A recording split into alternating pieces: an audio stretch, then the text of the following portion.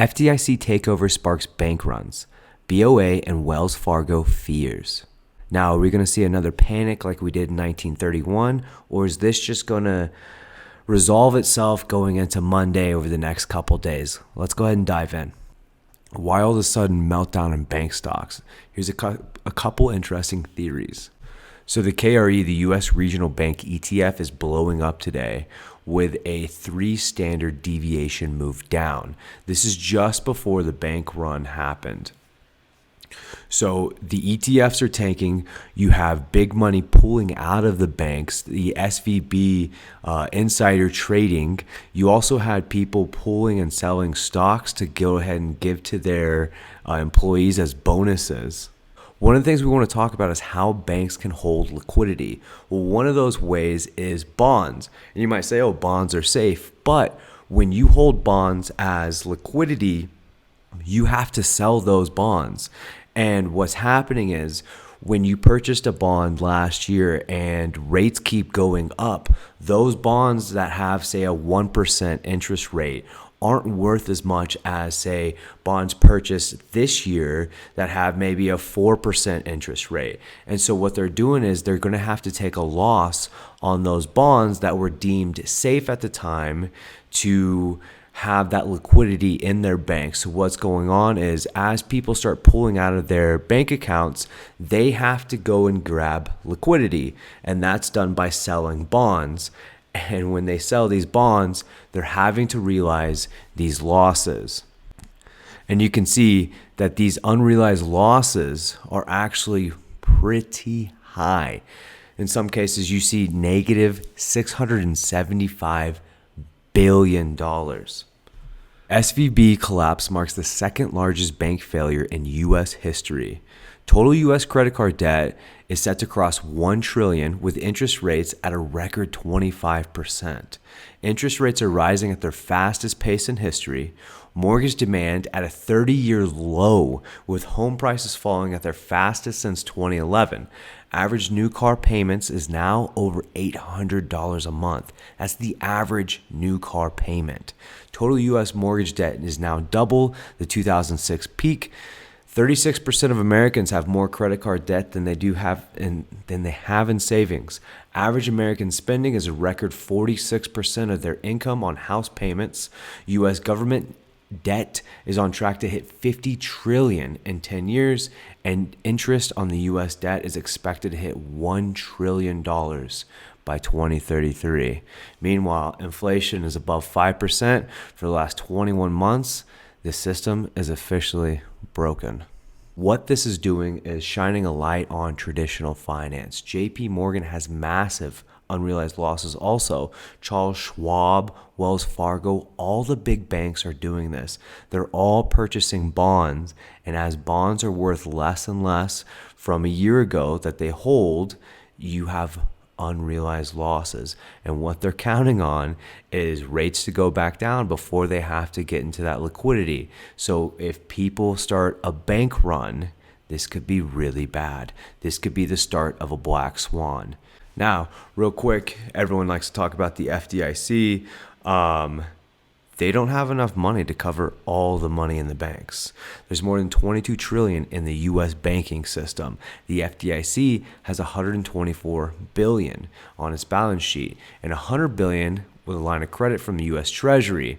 So it can only cover 1.26% of all deposits. That's about the size of the Silicon Valley Bank. One bank. Let that sink in. Now, what they do is, just like SVB, they stop transfers, they stop withdrawals, they take over the bank before it gets to this point, and that's why they can have such a low balance sheet. So what happens is, as a bank run starts happening, they will stop the bank transactions. They will take over the bank before you go too far into the negative. So they don't have to use that much, but still, that's a very small amount if everyone starts to panic. And so what we don't want to see is another Black Monday where bank runs are happening, there's not enough liquidity, banks are starting to have to realize these losses from these bonds that they've been holding for the last couple of years, and the FDIC doesn't have enough to insure us all. 2023 versus 2008. Now, not saying it's going to happen, but there are similarities between these two charts. So going into Monday, Tuesday this week, 3 days. Play it safe, play it easy. I know crypto's starting to pop. We'll go over to the Bitcoin chart in here in a second. We're bouncing off support, but are we going to be able to keep this momentum? Are we going risk on, or are we going to, or is this a dead cat bounce going into some lows? This is where we got our banking news.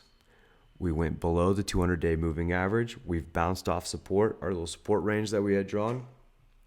This is why technical analysis is so important.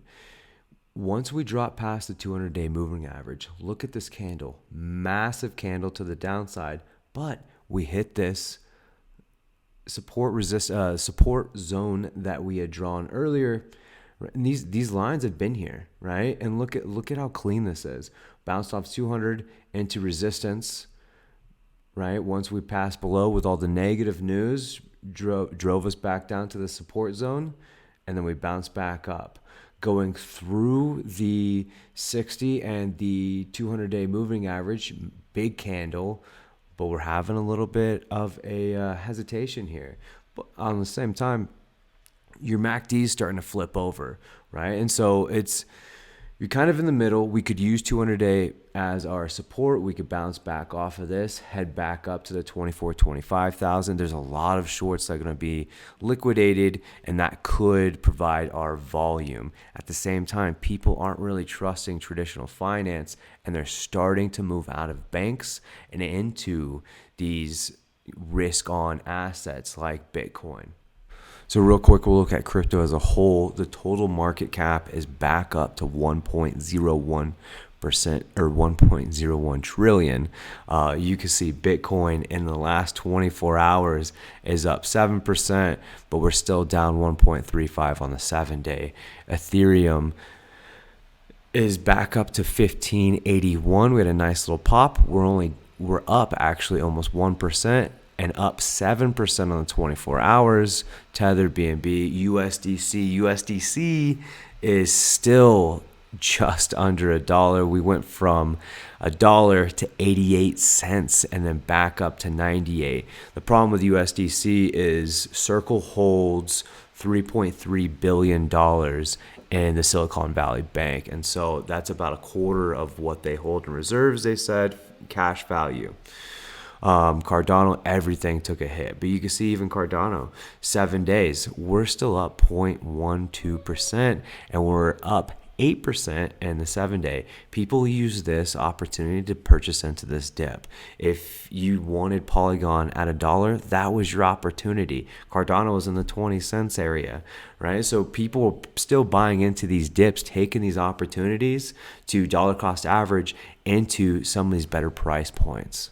Now, if you're enjoying these videos, just go ahead and give them a like, subscribe to my channel. We're just trying to shine light on what's going on, a little bit of news, help you learn what's going on with the banking system. Why are these banks collapsing, and how do they hold liquidity? So go ahead and give these videos a like, subscribe to my channel. Thank you.